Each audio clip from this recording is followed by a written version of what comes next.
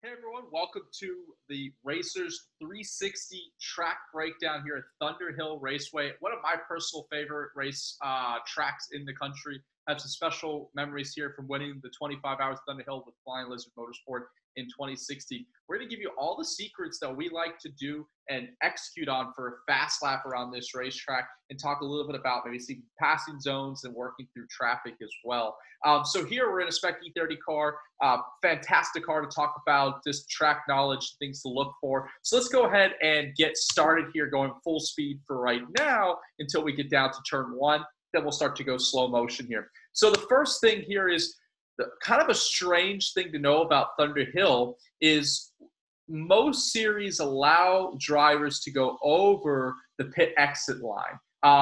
It's kind of a unique situation. It's a little bit dicey, so it's definitely faster to do this. But just a word of caution, make sure you're checking that right mirror before you cross over so you're not kind of collecting someone coming out of pit lane, and make sure the series you're racing with allows you to do this. If they do, absolutely take advantage safely of the extra road to our right here, because what is going to happen is it's going to open up the radius of the corner for turn one, allow us to bring a lot more speed into the corner, so it's absolutely worthwhile using. You want to get over pretty quickly so that you can brake in a straight line. You want to be all the way over here, hands straight, before we start to brake. So you notice our driver here is still on throttle, and right about now, it's pretty late in the corner is where we're starting to brake here.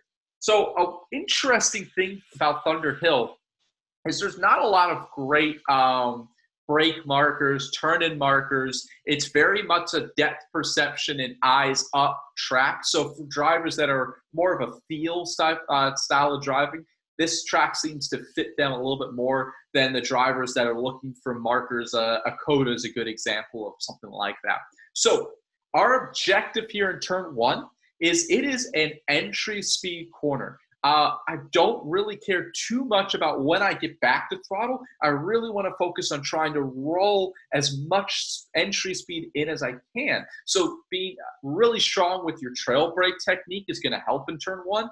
And it's a pretty short straight line brake zone. So we're starting to brake right about here. You can see almost immediately in this style of car, you're starting to bend it up in. So it's going to be a hard initial stab and then a pretty quick trail off, and a long extended trail brake. Even a bit of coast here is okay. The main objective for me is I don't want to be getting to throttle until at least that apex curve. If you're starting to get to throttle before then, we need to work on trying to roll a little bit more speed into the corner, because we're starting to induce understeer.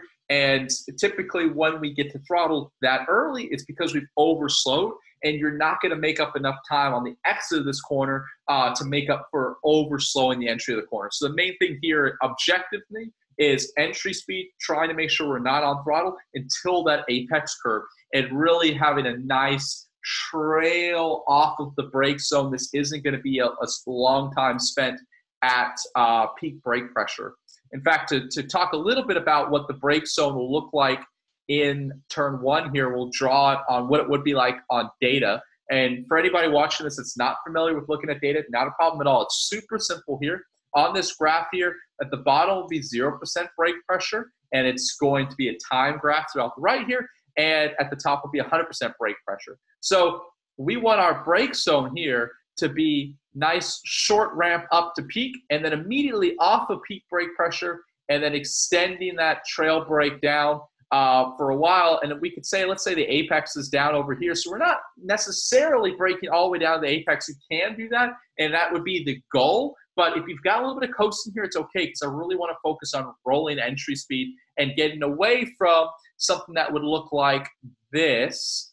That's not what we want here. We do want less time on peak brake pressure, getting up to it, extending that brake zone, trail braking down pretty deep into the corner. So it'll be trail brake down, waiting.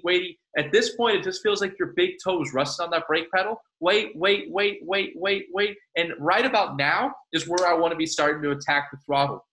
So the next point here is, well, where do we want to be apexing in this corner? I think the driver in our video here is in a little bit early and apexing a little bit early. Notice here, I would say their apex comes right about here. So it's about a car length or so before the start of our apex curve. The car in front of them here, I believe, has a slightly better apex, but they've oversold a little bit on entry. So ideally, you are apexing right about here.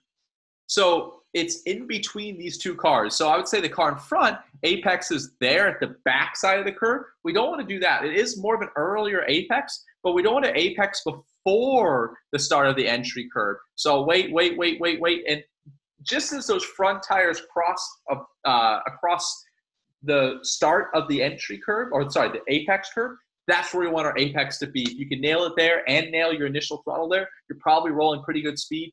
And just talk about things here. I would rather see a driver only get back to throttle after the apex than before the apex on a corner like turn 1. And then out of turn 1, use all of the road on exit, every little bit of it. We want to just be focused on trying to get a nice run out of here down to turn 2. And most of that comes, almost the lap time in turn 1 comes from getting nice entry point, braking decently deep, but really rolling that entry speed in.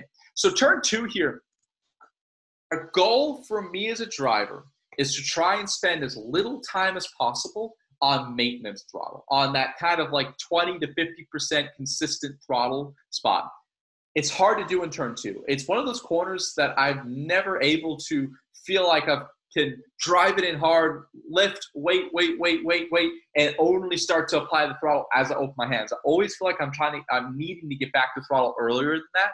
So I would say it's important for us as drivers to have goals and to enter into a corner with a specific point to try and hit in mind.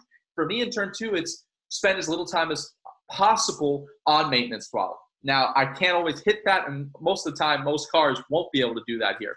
But I wanted to point out that goal. So into turn 2 here, to be able to try and execute on that, I want to have a very light brake zone and try and to roll as much entry speed in as I can so that I can delay my initial throttle to come later in the corner. So turn 2 here is a very light brake, and I'm trying to elongate it and have a good bit of coasting in here as well. So I start to brake as we're about to crest downhill. It's really hard to tell here in video, but it's a decently downhill into the entry, and it's going to be somewhat of a double apex corner.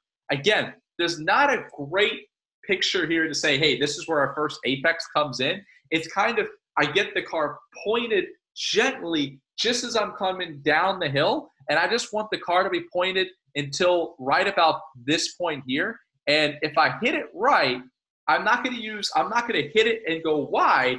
I'm going to come in with a car angle that looks like this. I want to clip that. And if I get it just right, I just end up being about a half car width or so off the inside of the corner through the middle of the corner, and then coming back and apexing it again a little bit later. If you find that you can keep the car perfectly to the inside all the way around, well, then you probably are overslowing the corner. And if you feel like you're starting to want to pick up throttle already by this point, you're probably overslowing it as well. So ideally, I've got this driver's line. He's perfect here. And now I want the car to be able to take me away from the entry of the corner, or the inside of the corner. Notice here, our driver's able to keep it all the way around the inside. Probably means there's a little bit more entry speed available here for us. So I want to see the car end up just a half car width or so wider, so not much wider, just a little bit. And then I want to try and be as patient as possible before I get back to initial throttle. So ideally, I'm waiting. Probably in this area here is where you're going to want to pick it up and need to pick it up. Ideally, if I'm in a higher downforce car, I'm going to try to wait even longer because I don't want to get the throttle until I can unwind my hands. And notice here how the driver isn't quite doing that yet, but that's the goal. So the second apex for me here comes right about where this driver is now. And if you could do this right, the reason why I want to treat this a little bit more like a double apex is because then I'll have a car that's pointed more in this direction where I'm going to exaggerate this a little bit. The driver right now has a car that's pointed more in this direction, and that means he has to continue to turn for a longer period of time, have more steering input into the car at the exit here, which is not what I want. So I want to try to drive it in a little bit deeper, a little bit lighter on the brakes, come in double apex, and then be off a little bit, have that rotation, be able to get the throttle. And what you're going to see when you execute well on that, you're going to have less steering input in the car at exit. So you can see here, our driver, a lot of steering input, a lot of steering input, a lot of steering input, finally opening their hands here and ignore what he's doing by taking his hand off the steering wheel and trying to communicate the car in front of you. Never do this. The car in front of you, the driver in front of you, cannot see you, way too busy doing his own things. So you're going to see this a few times throughout the lap. Just never try to communicate with the guy in front of you. It just doesn't work. It takes distraction off from yourself. So just a small little side note there. Use all of the road out of turn 2 here, absolutely every bit. My goal is to get all the way back to the left side of the road for turn 3 before I turn in for turn 3. Most of the time, to be honest with you, I can't get there. On a qualifying run, when the tires are really grippy and the track's really grippy and everything's perfect, I'd probably be able to get back there. Most of the times, I can't. So don't be too focused on that, but do your best to get back over to the left. So here, as we're going to go full speed, notice here our driver doesn't get all the way to the left. I think he could have. I think he was a little bit lazy here. So as I said, that's the goal, not critical. So into turn 3 here, again, it's going to be a kind of a funky corner, and a lot of drivers tend to apex or get down to the inside of the road too early. So it's blind on entry. It drops downhill. It's a really funky, weird corner. There's no great turn-in markers here. You see, there's nothing to really look for. It's just going to be visually based, and I want to start bending it in and start getting to where I'm about a car width or so off the inside as we're going to crest downhill. So right about here, I don't want to be all the way to the inside already where we are now. I want to delay and only get all the way to the inside much later around the corner. If you're all the way to the inside here, probably means you've overslowed the corner again. So ideally, we're about a half car width to a car width or so off the inside here and having a smoother turn in with slower hands. So not turning in later, not turning in earlier, turn at the same point as what we saw here, but with slower hands. And that's going to allow you to roll more speed into the corner and delay where you get down to that apex point. The harder you turn, the faster the weight transfer happens, the slower you're going to have to be before the car gets up so you don't upset the car. So we really want to focus on slow hands here into turn 3.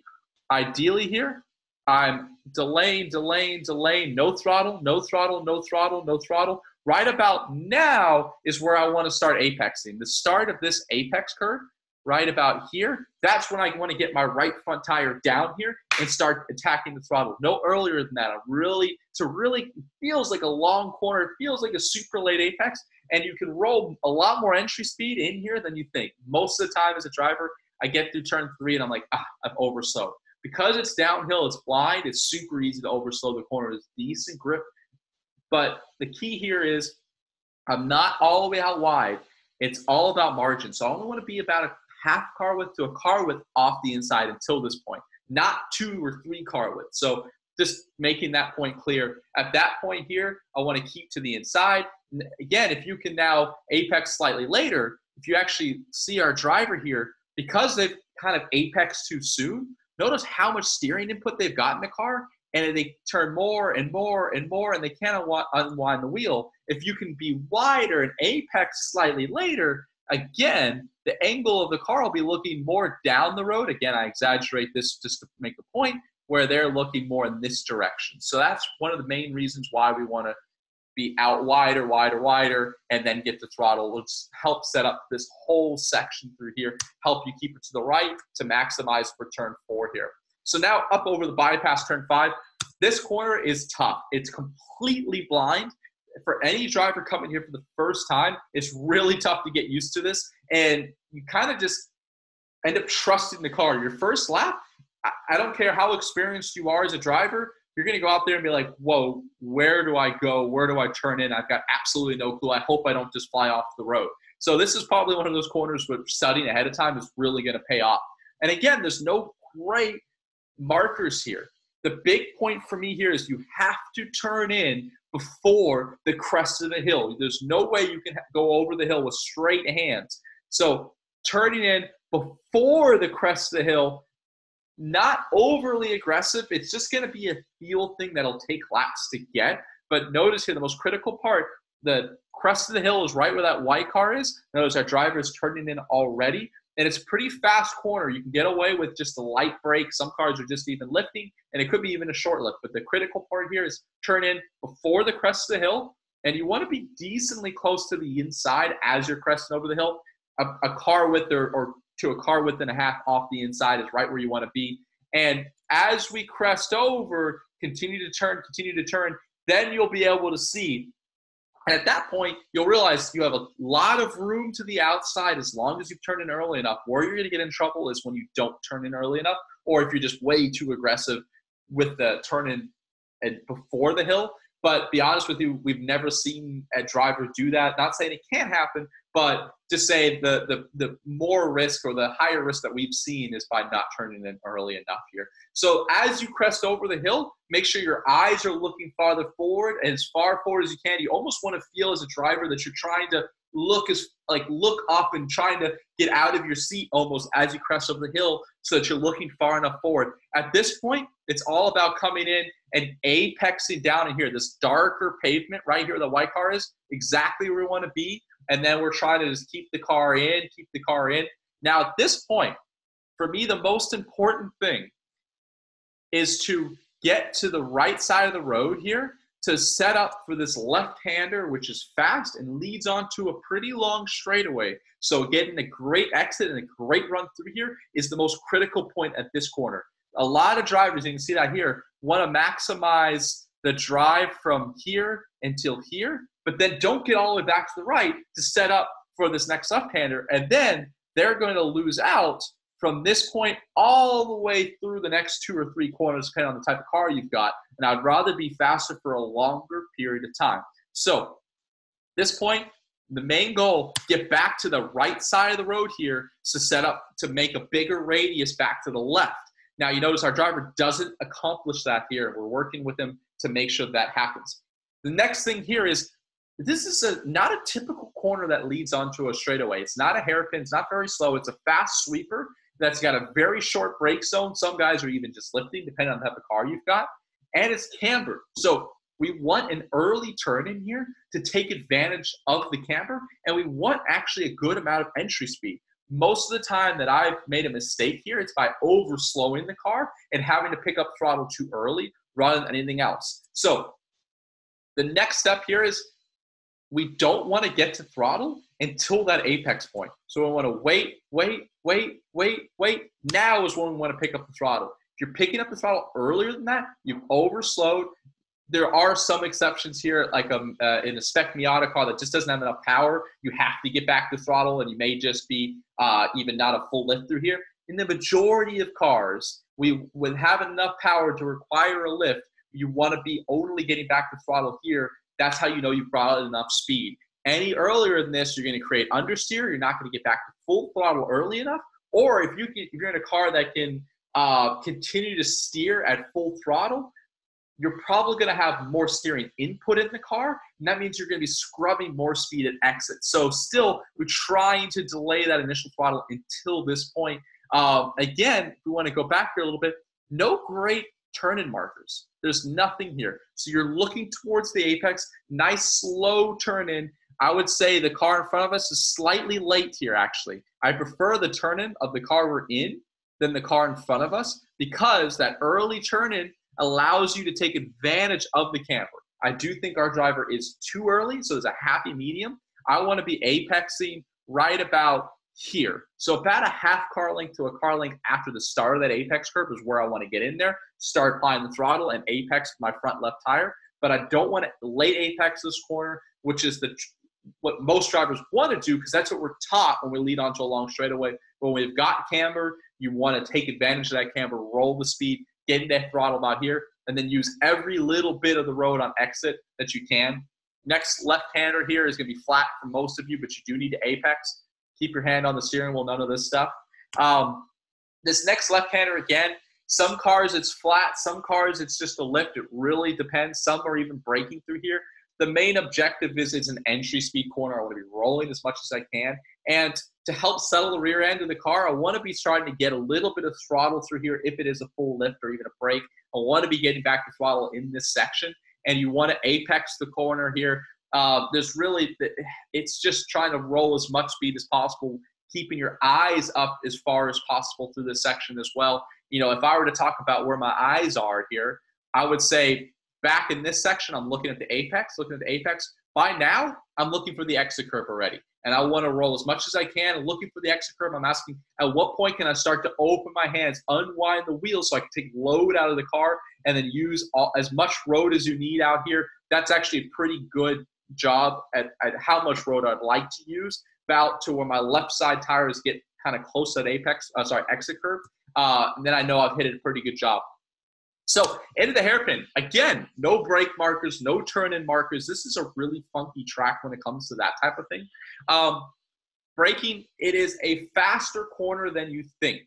You can roll good speed because we're going uphill, and you can actually turn in earlier than you think as well. Most chicanes have a very late turn-in to set up for the second one, but the second part of this chicane is wide open and is flat out. So my goal here is no throttle until the first apex curve, but I do want to be pretty aggressive back to full throttle at that point and try and roll a lot of speed in here. I've got a bit of a coax, so this is going to be a hard stab of the brakes. You can see there are some white posts that are sometimes out to the right side of the road. I don't like to use those because those often go away, get hit, and they're not often there. So you're going to need depth perception here to form your brake zone. And it's going to be a hard stab of the brakes, coming off, trailing off, light.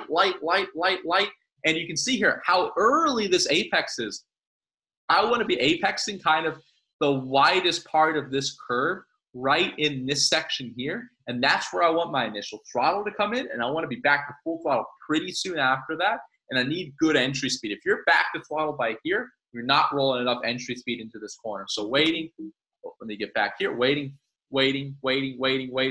Full throttle right about here. Use all of the road on exit. Our driver does a great job through this section here. Nice apex, nice turning point, nice apex point, nice throttle point, using all of the road through here. And that's you can see here, it opens wide, it gets wide open, that second right-hander. It's a little bit tough to see, especially at night, but use all of the road. So coming into the last little bit of this section of the track, again, downhill in here. Downhill, we want an earlier turning point because we're going to induce understeer into the car. We're going to lose grip as we go downhill. So it typically means an earlier turning point. So braking, again, no great braking marker. We're definitely braking before the drop of the hill. It kind of feels, to be honest with you, as you get ready to brake, you see this flag stand all the way out to our right-hand side. Let me back this up a little bit. There it is. It's going to be typically right about there, but it's far away to your right-hand side, so I don't want you looking there. But as you're driving down into it, you can look at that. You're going to feel like almost a tunnel effect. I don't know why it feels like a tunnel effect, but this hill to your right is pretty steep. So it's just going to be a depth perception of feel thing that you'll get over time. Again, hard on the brakes, starting to trail off already before we drop down the hill. And notice here, you're turning in before you drop down the hill. You want the car pointed while you've got the grip. And then as you drop down the hill, you're almost already down there because that's when the car is going to slide a little bit. Apex point is the farthest out part of the curve. Again, that's going to be our throttle point. No earlier than that to throttle. Wait. Bam, and here, throttle, use all of the road on exit. And the most critical thing here is getting a good exit out of this left-hander. That's what really matters through this section. And it opens up on exit, so you can have an earlier apex than you think on this next left-hander. It's also uphill, so we want to have a slightly earlier turning point so you can use that hill to help to slow down the car so it's not just on the brakes. If you're turning too late, probably means you're going to have to over-slow here. So earliest turning point, my turning point really, if I can see here, it's not a great one. I'm going to typically use the end of that exit curve to our right as a ballpark braking zone. Higher horsepower cars, you're going to be right about there. Lower horsepower cars may be quite a lot deeper, but that's just a decent place to kind of start. The main thing here is like we keep talking about, no initial throttle until the apex point, but then aggressive to initial throttle. A little bit earlier of a turn-in point. Notice here, that's pretty early because the uphill, apexing right about that farthest part of the curve. Go back a little bit. You can actually see some of the grass is a little bit lighter color because people are hitting it with their front left tire. I want to use a little bit of this apex curve and apexing right about there. The car in front of us here does a really nice job. I'm really happy with that. A little bit of the curve, a little kiss of it. Bam, getting the throttle right about here. Keep your hands on the steering wheel. And again, this is going to depend on the series you're in. If you can use this kind of section of the road here, use it. Not all the series allow you to do it. If you have to keep your right side tires only on this exit curve, well, then we might need a little bit later of a turn-in point, a little bit later of an apex to set that up for that. Most series allows the cars just to use all the track here. You can use all the track. You want an earlier turn-in point. You want more apex speed because you can get just as great of an exit with more entry speed if you can use that. So that's why we want to execute on that part here. And again, like we talked about, everything matters on exit here. Use all of the road, get back to full throttle as early as possible. Get set up for the last 2 corners on the racetrack. So, like I keep saying, keep your hands on the steering wheel. Don't talk to the guy in front of you because he doesn't see you. Braking marker. There isn't one here. The bridge, if I back this up a little bit, keep going.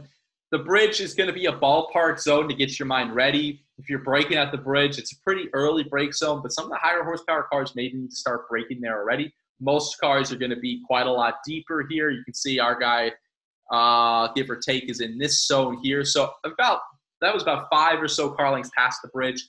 This is going to be, like everything else, a feel, eyesight. The main thing here is we need to make sure we're not overshooting the corner. Exit is more important than entry speed through this next section here. So our apex here is actually a little bit of camber. So we went a little bit earlier of an apex than you think, and you can hold the apex for longer here. So turn-in point, again, no great markers. My goal here is to start the apex by about the start or so of this apex curve.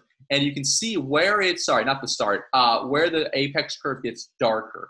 And you can see a lot of people are running in there. I want my right side front tire in this dark stuff right there. I want to be hooking in there, boom, down in there, and then waiting, get the throttle, open those hands. I don't like to use all of this exit curve. I like where our driver is right now is perfect.